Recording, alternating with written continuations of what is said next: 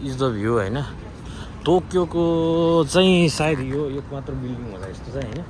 यहाँ चाहिँ के छ भन्दाखेरि चाहिँ एकदम पुरानो बिल्डिङ पनि किमोनो लाएर हिँडिरहन होइन। यो चाहिँ कस्तो हुन्छ एकमात्र टोकियो स्टेसनको एकमात्र बिल्डिङ अनि यसमा चाहिँ छुट्टै खालको एउटा भाव छ क्या।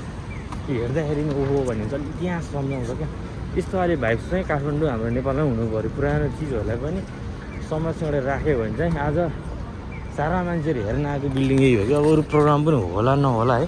यतातिर साकुरा फुल्ने बेला भएको छ घुम्न सके होइन। र हेर्नु यहाँको चहल पहल भिड हेर्नुहोस् होइन। यो हो रियल भ्यू टोकियोको। यति मान्छे हेर्नको लागि कति आएर फोटोसोटो खिच्ने छुट्टै छ कि यो चाहिँ यो बिल्डिङ चाहिँ। म पनि हेर्न आएको लगभग आधी घन्टा हिँडेर आएको यही हो। मान्छेहरू फोटो खिच्ने लाइन झन् मान्छे के चहल पहल छुट्टै छ नि। अझ यो वाइड एङ्गलबाट खिचेबाट मान्छे कस्तै देखेँ होइन। जुम गरेर हेर्ने भने मान्छे किरा मान्छे किरा क्या दामी छ। हेर्दै पनि क्या आनन्द पिस आउने। आज मौसमले कस्तो साथ दिएको छ। घाम पनि लागेन पानी पनि परेको छैन है। फोटोसोटो खिच्न यस्तो बजाउँछ। आज सबैले किमोनो लगाएर आएन।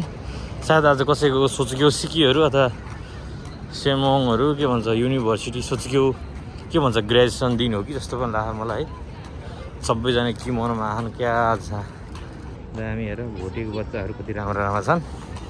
कसैले छुट्टिएको हुनाले हामीलाई हेर्दैन र दुःख भएको। अब के गर्नु अब म चाहिँ कतातिर जानु पर्ला है। त्यो पार्कतिर जानु पर्ला अनि त्यसपछि निस्किन्छु। अब फोटो खिच्दिन आफू एक्लै छ के भन्ने। तर पनि हेर्दा खुसी लाग्यो है। धेरैदेखिबाट आउने चाहना थियो आज पुरा भयो।